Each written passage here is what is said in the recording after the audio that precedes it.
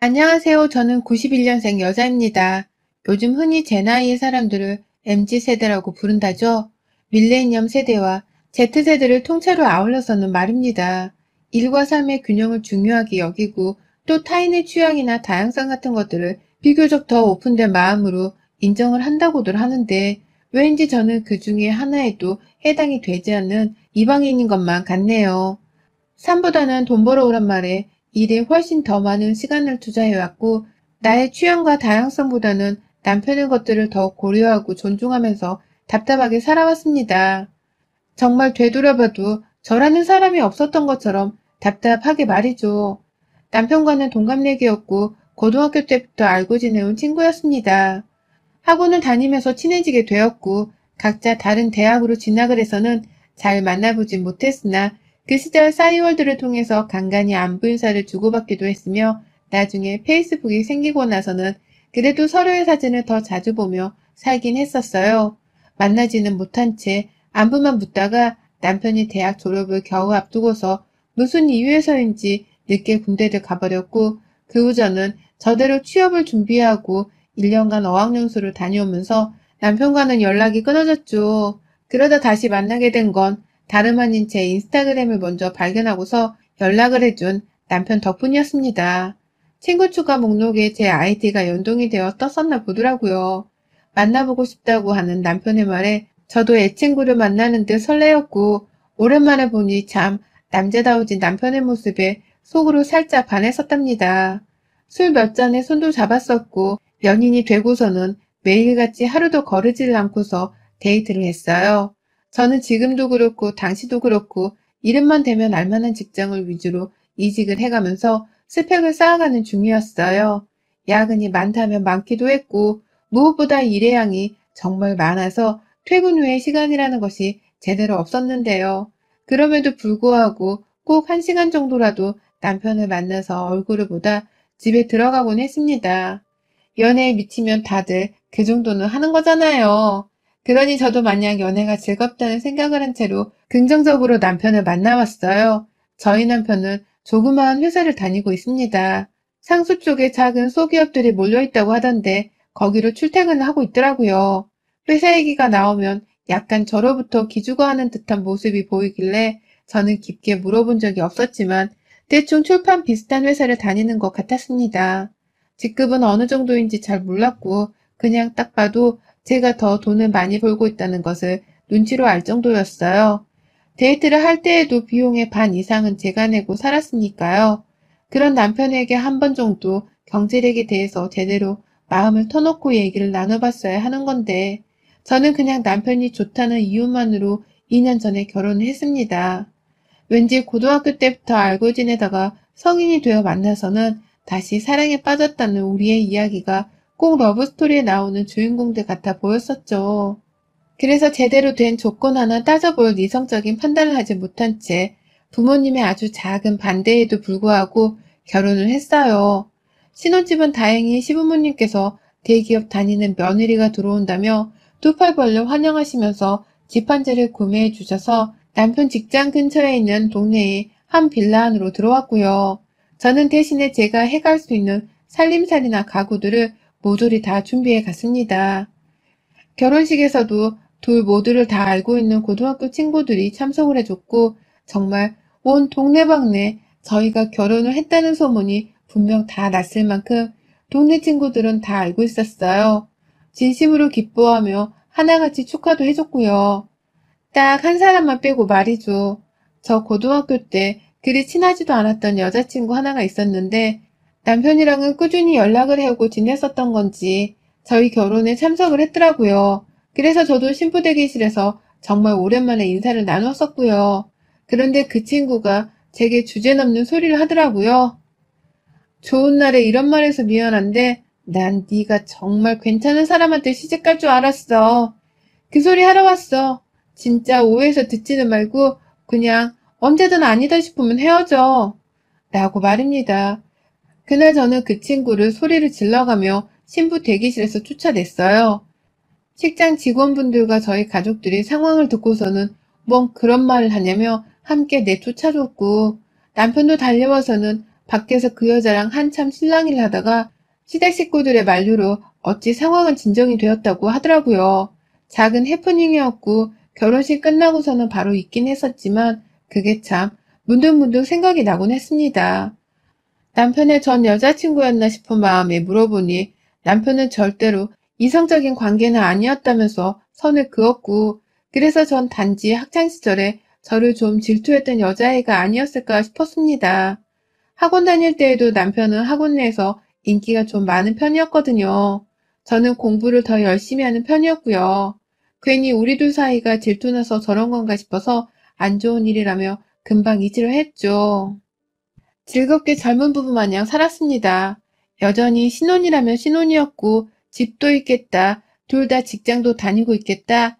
나름 신나게 돈도 모으면서 살뜰히 잘 살고 있었어요.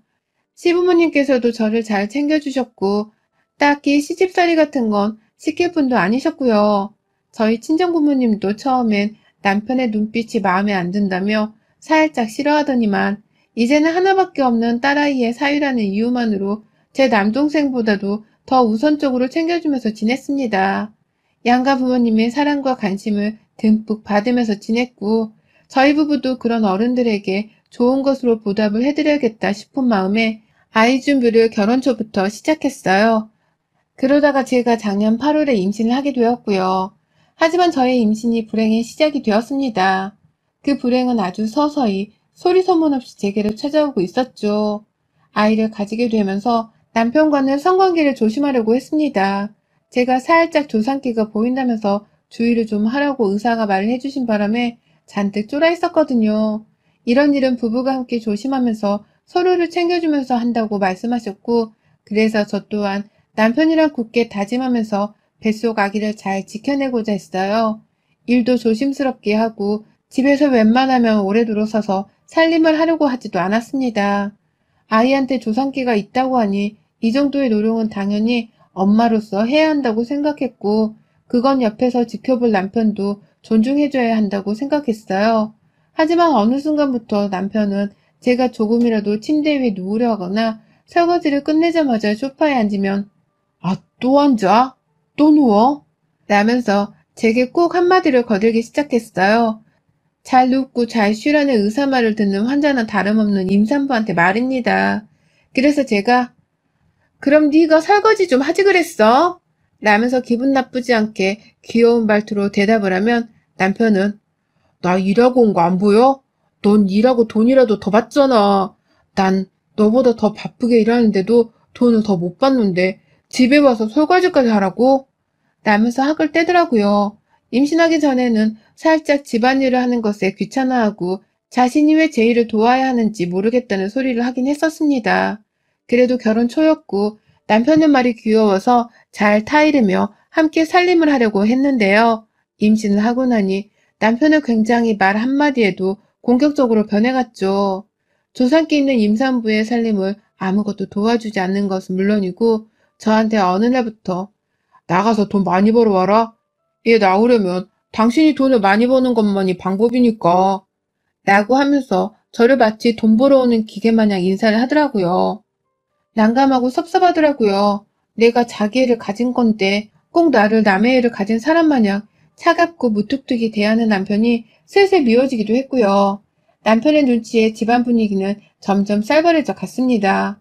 부쩍 설거지를 하기 싫다는 신경질을 부리는 곳에서 갑자기 소리를 지르면서 제 간이 떨어지게 할 만큼의 목소리를 내며 화를 낸 적도 많아졌고 집에 돌아와서는 일이 힘들어 죽겠다면서 자기 상사욕을 한 바가지 하더니만 괜히 앞에서 얼쩡거리는 제가 꼴보기 싫다면서 방에 쳐 들어가라고 라는 말을 하더라고요. 그날 저는 남편의 앞에서 방에 들어가기는커녕 무슨 말을 그렇게 하냐고 대성통곡을 하고서는 덩달아 화를 냈고 남편은 결국 집을 나가버렸어요. 집 나가고 싶은 건 저였는데 어처구니 없게도 남편이 네 목소리 진짜 지긋지긋해 라는 말과 함께 그냥 나가버리더니 외박을 하더라고요. 결혼하고 처음이었고 외박하고서도 처음인 남편의 외박이었습니다. 왜 우리 사이가 아이를 가지고 나서부터 급속도로 악화되어 가고 있는 건지 문제점을 찾고 싶기도 했고 남편에게 제발 저를 존중해달라고 애원도 여러 차례 해봤어요. 뱃속아기가 니피를 가진 애인데 왜 나를 이렇게 힘들게 하냐면서 대성통곡을 한 번에 그치지 않고 여러 번에 걸쳐 했었습니다. 임산부 정서가 정상적일 리가 없는 환경이었죠. 그러다 임신 6개월 차에 저는 유산을 해버렸습니다. 남편이 계속 속을 삭여서 그랬던 게 아니라 바로 남편을 숨겨둔 한 여자 때문이었어요. 세상이 무너져 내리는 기분이었어요. 요즘 모르는 번호로 부재중에 계속 걸려오고 있었지만 보이스피싱도 너무 많고 또 전화 올 곳이 없기도 해서 일부러 안 받았거든요. 그러다 하루는 남편의 핸드폰으로 제가 아닌 다른 여자의 이름이 적힌 채 자기야 사랑해 라고 문자가 날라온 겁니다. 놀라 회사에 있을 남편한테 전화를 했는데 남편은 전화를 받지 않았고 남편 회사로 전화를 걸어봤더니 글쎄 내 남편이 그날 월차를 냈다고 하더라고요. 저한테 말도 없이 자기 혼자서 회사 월차를 내고서는 아침에 출근하는 척 집을 나섰던 것이었습니다. 손발이 부들부들 떨려서 일을 제대로 하지도 못한 채 남편에게 계속 연락을 했어요. 점심때도 저녁 퇴근 시간이 되어서도 정말 수시로 말이죠. 그러다 남편이 저 퇴근한 걸 아는 건지 전화를 받더니만 대뜸 아 진짜 짜증나게 왜 자꾸 전화야 라며 화를 내더라고요. 그러니 저도 열이 받아서는 나한테 말도 없이 월차를 내고선 지금 어디에 있냐며 막 따져 물으니 옆에 웬 여자가 빡쳤냐고 물어보는 소리와 함께 전화가 뚝 끊겨버렸습니다. 심장이 벌렁벌렁 뛰기 시작했고 설마 나한테 문자를 보낸 수지라는 여자와 같이라도 있는 건지 그 여자한테 말하라는 걸 나한테 잘못 문자를 보내서 연락을 못한 건가 싶기도 하고 하루 종일 그 여자랑 보란 듯이 나를 엿먹이며 둘이서 뒹굴었나 싶기도 해서 정말 미칠 노릇이었어요. 뱃속아기를 생각해서 진정을 해야 했는데 이러한 상황에서 이성을 찾고 진정할 수 있는 사람이 얼마나 되나 싶었습니다. 그리고 그날 남편은 보란듯이 외박을 하고서는 새벽 2시가 넘어 들어왔고 다음날 출근하는 길에 어떻게 된 거냐며 아침 일찍 일어나 아침까지 차려놓고선 물어봤어요. 평소 아침은 죽어도 먹고 출근을 해야 한다 해서 결혼 후 내내 남편 아침은 차려줬거든요. 그런데 남편이 제게 이혼 소리를 내밀더라고요. 이혼을 해달라면서 말이죠. 자신은 언제까지 뱃속아기를 생각하면서 성관계도 못 가지고 또 마음이 가지도 않는 아이의 아빠로 살고 싶지가 않다는 말을 하며 다짜고짜 제 임신 6개월 만에 이혼 통보를 해왔습니다. 외박을 한 후 바로 그날 아침에 벌어진 일이었어요. 당연히 저는 여자가 있었던 거냐면서 남편을 물고 늘어졌고 어제 수지라는 그 여자 목소리였냐며 캐물었더니 남편은 오히려 제가 상관할 바가 아니라면서 저를 일방적으로 무시했습니다. 제가 눈물을 흘려도 질린다며 쳐다봤고 아이는 어떡하냐는 말에 나중에 생각하자 라며 그냥 출근을 해버렸어요. 당분간 시댁에 있을 거라면서 짐가방까지 그 새벽에 다 싸서는 아침에 출근하며 나가더라고요. 저한테는 한 달 안에 비워줬으면 좋겠다고 그러니 제가 결혼하며 준비해온 가구며 살림살이들을 그 안에 다 빼서 가져가도 좋다고 하면서 말이죠. 정말 하루아침에 남편의 외도 의심도 모자라 이혼까지 해야 하는 최악의 상황에 배가 아파오는 줄도 몰랐습니다. 그 와중에 어떻게든 출근을 해야겠다며 정신을 잃은 듯 집을 나섰는데 부재중 전화가 또 울리더라고요. 본능적으로 남편의 상간녀가 아닐까 하는 생각이 들었어요. 그리고는 전화를 받았죠. 수지씨? 라고 하니 뜸을 들이다 저 아세요? 라고 묻더라고요. 그러더니만 임신한 분인데 남편과 헤어지게 해서 죄송하다고 하지만 지체하지 말고 빨리 이혼을 해주셨으면 좋겠다면서 내 남편을 사랑한다 어쩐다 하는데 와 출근길에 앞이 노래지더니 그 자리에서 그 여자한테 닥치란 소리 딱 한마디밖에 하지를 못하곤 제가 쓰러졌어요. 정신을 차리고 나니 병원이었고 저는 아이를 유산한 후였습니다. 옆에서 친정 부모님은 울고 계시고 시부모님도 저희 부모님 연락을 받고선 와 계시더라고요. 남편은 모습을 드러내지 않았고요. 친정엄마가 남편은 왜 안 오냐고 시부모님께 물어보는데 우리 시부모님도 남편의 이혼 계획을 이미 알고 계셨더라고요. 아, 뭐 일이 바쁜가 보죠. 라고 하면서 애를 잃은 애비한테 전화조차 하지를 않고 그렇다고 미안한 기색 하나 없이 그냥 정숙마냥 그 자리를 지키고 서 있는데 정말 딴 사람들인 줄 알았습니다. 나름 제게 참 잘해주셨던 분들이었는데 그때만큼은 너무 차갑고 매정하게 보여지더라고요. 결국 저도 시부모님 앞에서 다 알고 계셨냐고 남편이 바람 피우는 거 알고서 지금 이러는 거냐며 병원 한복판에서 소리를 질렀고 그걸 계기로 저희 친정 부모님까지 남편의 외도를 알게 되며 집안 간의 싸움은 걷잡을 수 없이 커졌습니다.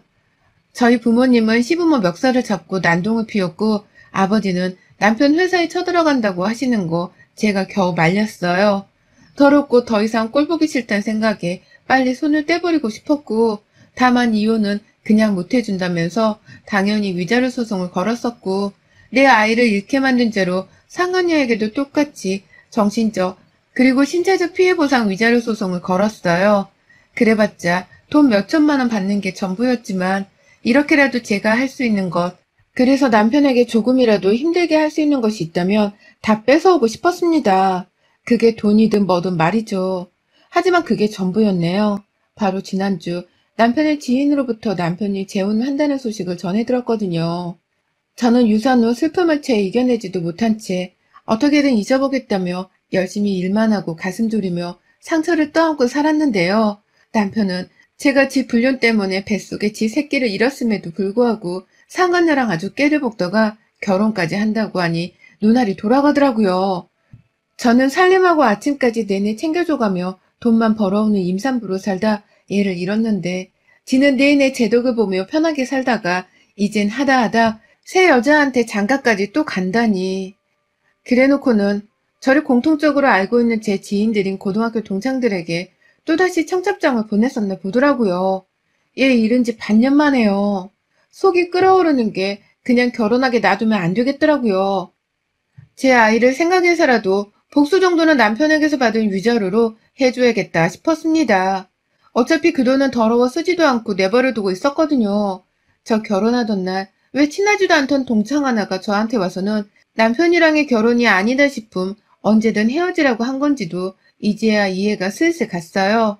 그 여자애는 아마도 남편의 옛 연인이었겠고 저처럼 일방적으로 뒤통수를 맞은 채 이별을 당했었던 것일지도 모르겠다 싶더라고요. 그런데 왜 그렇게까지 남의 결혼식장에 와서 제게 그런 말을 했나 싶은 마음에 정말 수소문을 해서는 그 친구에게 연락을 했습니다. 만나서 물어보니 참 반전이었어요.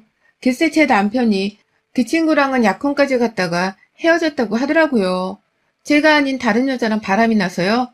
그런데 그마저도 그 다른 여자랑 헤어지게 되면서 다시 이 친구에게 만나달라고 애원을 했고 이 친구가 거부를 하자 다른 타겟을 찾다 제게 연락을 한 거더라고요. 그냥 옆에 새로운 여자가 주기적으로 없으면 매번 돌아버리는 남자라면서 말입니다. 일방적인 파혼선언의 갑작스런 사과, 그리고 자기도 아는 동창이라 갑자기 결혼을 한다고 하니 이 친구도 너무 화가 나고 제 걱정이 되어서는 저를 찾아왔었다는 겁니다. 욕먹을 각오를 하면서 말이죠. 청첩장은 자기가 받은 게 아니라 다른 고등학교 친구로부터 꼽사리를 껴서는 그냥 따라온 것이었다고 하고요. 그 얘기를 듣고 나니 저는 더욱 화가 북받쳤어요. 그 길로 뱃속에 태아 사진들을 뽑고 인터넷에서 상복을 구매해서는 입었고 급기야 애기 인형 하나를 사다가 거기다가도 상복을 입혔습니다. 이러고 남편의 결혼식 날을 기다리다가 나가는 제가 걱정이 된다면서 친정 부모님은 저를 따라오려 하셨지만 이 일은 제 문제였어요. 그러니 저 혼자 해결하겠다고 했죠. 제 친한 친구들은 의리를 지키며 남편의 결혼식에 참석을 하지 않겠다고 했고 저 또한 SNS를 통해서 아이를 잃게 만든 남편이 상간녀랑 급기야 결혼을 한다며 여기저기 글을 게재했습니다. 그걸 보고 결혼식장에 가지 않겠다고 말해주는 덜 친한 친구들도 있었어요. 하지만 그걸로는 부족했습니다. 상간녀의 지인이 올 텐데 그년이 뭐하다 남편이랑 결혼하게 되었는지 정도는 알려줘야겠었거든요. 그리고 전 식이 다 시작되던 그 결혼식장 안을 코로나 때문에 사람이 얼마 모이지도 않아 있던 그 작은 결혼식장 안에 상복 입은 아이 인형 하나를 입고서는 쳐들어갔어요. 저까지 상복을 입고서는 말입니다.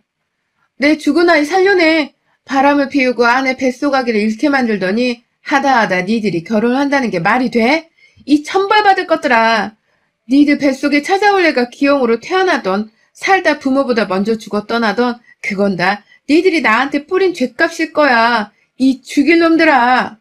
라고 하면서 식장 안에 태아 사진을 뿌리고 남편이 내 남편이었다는 사진도 뿌리고 아이가 죽었다는 소리를 하면서 살인자 놈이라는 소리를 얼마나 내질렀는지 몰라요.